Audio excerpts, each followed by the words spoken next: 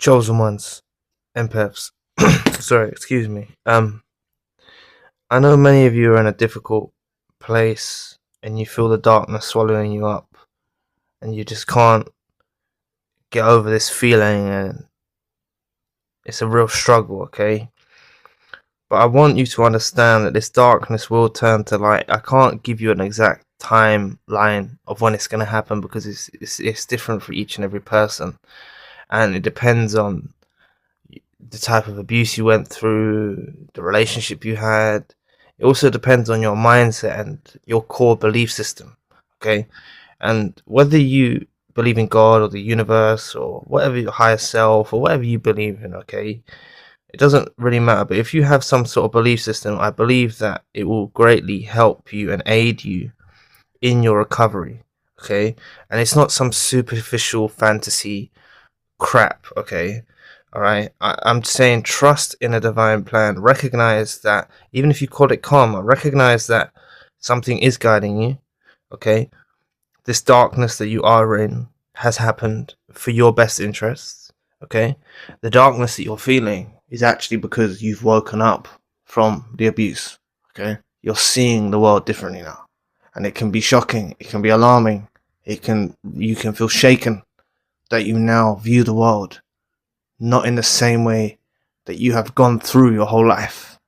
Okay, from this experience, you're awakening with this narcissist that's involved in your life. It makes you realize and piece together other people that have been present in your life that may be long gone now. But you'll start to see patterns and realize that there was more than one of these parasites in your life. A lot of the times this is the case with victims of abuse and survivors of narcissistic abuse that I've spoken to in one-to-one sessions and stuff like that. They've seen a pattern and they see it in their own families, or they see it in their friends, or they see it at work, or they see it with their boss, or they see it with their colleagues, or they see it with their associates. And this is the thing. So just like you got through those struggles and you were unknowingly going through those kind of struggles with other toxic individuals, may have been less severe than this current narcissist that was involved in your life, but still you got through those experiences and you need to hold on to that. And it's all led up to this point now, to the birth of your awakening. So it's like a gentle awakening that's happened over a period of time. And I want you to understand that this darkness that you're in does not last forever. 100%, without a doubt, that's something I can assure you of, okay? That this darkness will turn to light. And something that will help you is trusting in the plan. Although it may not make sense right now, okay? You might be going, Zion, like, what the hell are you talking about? Well, what's working in my favor? They've done this, they've done that, they've caused chaos, they've betrayed you, they've caused suffering, they've caused pain. And you can't, maybe you can't even see one thing, but try to look in your life. Has something happened that has worked in your favor? Has something come your way? A blessing? Have you been relieved in some sort of way in your own life? I know you've got an incredible void. I know you have an incredible emptiness. And many of you that are past this point, put it in the comment section and give insight for those that are not there yet. If you can, if you like to comment. I know you can have an incredible void and you can have an incredible emptiness, and those that have made it through this experience will be able to vouch for that as well. They must have felt that at some point. But it does not last forever, and you'll see more and more things arise in your life and signs that you're on the right path. And it's just having this trust in God or the universe or your higher self that you're on the right path and this is how it's meant to be. Okay, you come to terms with the fact that the relationship with this narcissist involved in your life was not meant to be. Okay, it's accepting that it's over, accepting that it's not meant to be. These are key, crucial points that you should refer to always. So if you get slight feelings or a warmth or affection or missing the narcissist or jealousy for them and their new supply or things like this, reinforce it with, it wasn't meant to be. That's not the person for you. Okay, this is not just fictitious fantasy crap. that I'm spewing out. Okay, this person was not meant for you. If this person was meant for you, you would have aligned, and you would still be with them now. Okay, now I don't want you to take that what I've just said there, and you start self-blaming, or you start looking at what you did and blaming yourself, because that can be very common as well for victims of narcissistic abuse and survivors of narcissistic abuse, and even survivors and victims that never wake up to narcissistic abuse in general. They actually blame themselves. What I'm trying to encourage you to do is let go of this individual. It's the one thing they don't want you to do. It's the reason why they leave you with no closure. It's the reason why they try to hurt you in a myriad of ways. They want you to be dependent upon them, even when they're not present in your life. They want you to be reminded by them. They want you to be hurt. They want your attention on them. I believe that in the energetic realm, as E equals MC squared, they can feel this energy. Okay? Whether they're attuned to it, conscious of it, whether they're a spiritual narcissist or not, I believe that there is something that gives them some feeling that you are still connected. And that's why I believe that all of you should you all have the ability to take, sorry, excuse me.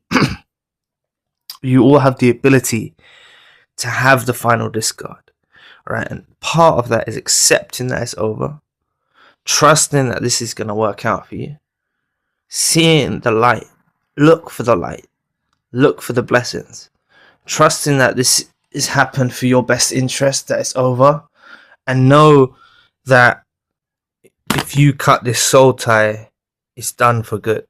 You've released them.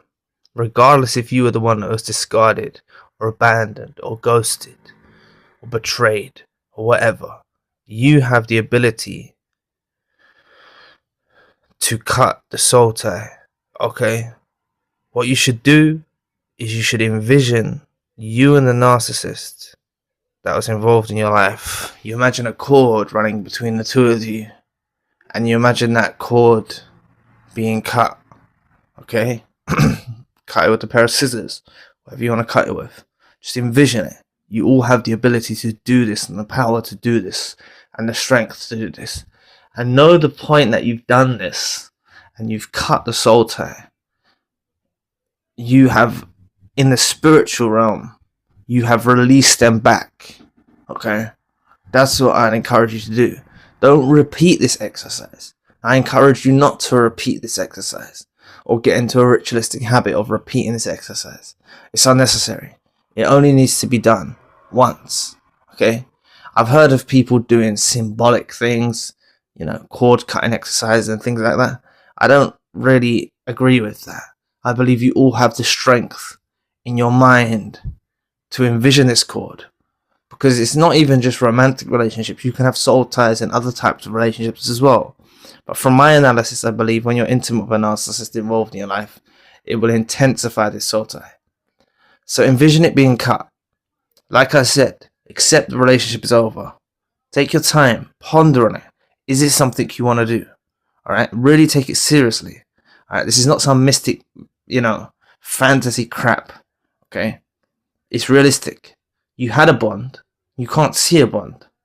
A bond is chemistry. A bond is energy. A bond is something that you felt with this individual. And you're severing that. You're cutting that tie. You're cutting that cord. And you're releasing them. You're taking it seriously.